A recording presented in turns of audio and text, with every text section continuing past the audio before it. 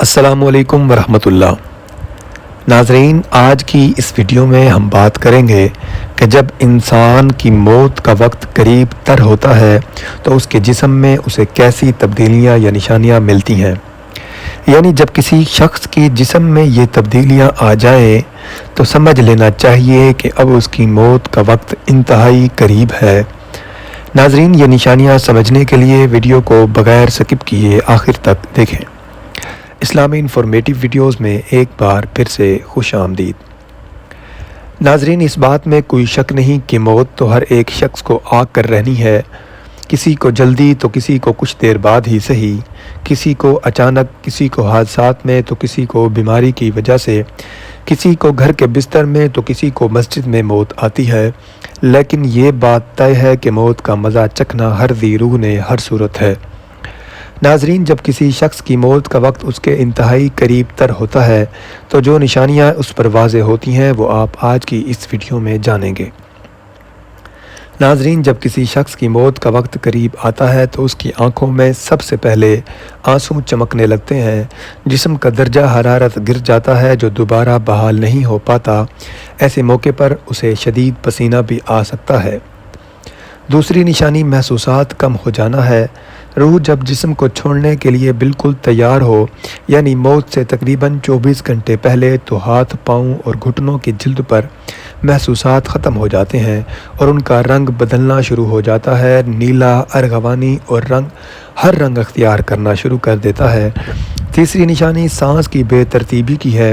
یہ نشانی واضح نشانی ہے کہ جس میں سانس اکھڑنا شروع ہوتا ہے اور بے ترتیب ہوتا چلا جاتا ہے اور دھیرے دھیرے بجھ جاتا ہے۔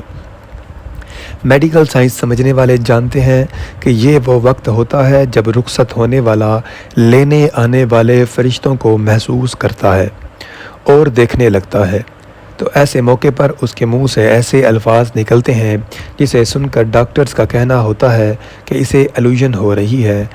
جسم جب کمزور اور لاغر ہوتا ہے تو الوژن بھی ہو سکتی ہے،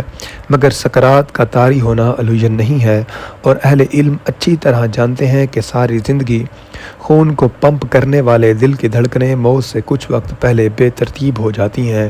اور نبض کو ہاتھ سے محسوس کرنا مشکل ہو جاتا ہے، اور یہ اشارہ ہے کہ یہ اعضاء اپنے وقت پورا کر چکے ہیں اور عنقریب بجھنے والے ہیں۔ جسم کا وقت جب ختم ہونے والا ہوتا ہے تو آنکھوں میں آنسو چمکتے ہیں، تو ایسے موقع پر کمزور دل لوگ اپنے جذبات پر قابو نہیں رکھ سکتے، مریض کے قریب نہ رہیں اور اس کے قریب بالکل نہ روئیں، کیونکہ جسم کی سماعت کی حس مرنے کے بعد بھی کام کر رہی ہوتی ہے، اور محبت کرنے والوں کو تکلیف میں دیکھنا بھی ایک تکلیف ہے۔ اس لیے رخصت ہونے والی روح کو اس کی تکلیف میں مبتلا نہ کریں اور اپنے جذبات کو قابو میں رکھیں، اور ایسے موقع پر ختم ہونے والے جسم کو سخت اور سرد ہاتھ نہ لگائیں اور نرم ہاتھوں سے اس کے بالوں میں انگلیاں پھیریں اور بار بار اس کی جگہ تبدیل نہ کریں، اور جتنا ممکن ہو اس کے لیے سکون فراہم کریں تاکہ اس پر یہ عمل آسان ہو سکے۔ کچھ لوگ ایسے وقت پر مریض کو کلمہ پڑھنے پر مجبور کرتے ہیں۔ اگر مریض مسلمان ہے تو اسے ایسا کرنے پر مجبور ہرگز نہ کریں، بلکہ اس کے قریب ہی آہستہ آواز میں کلمات پڑھیں تاکہ وہ سن لے، کیونکہ اس کی سماعت کی حس کام کرتی رہتی ہے،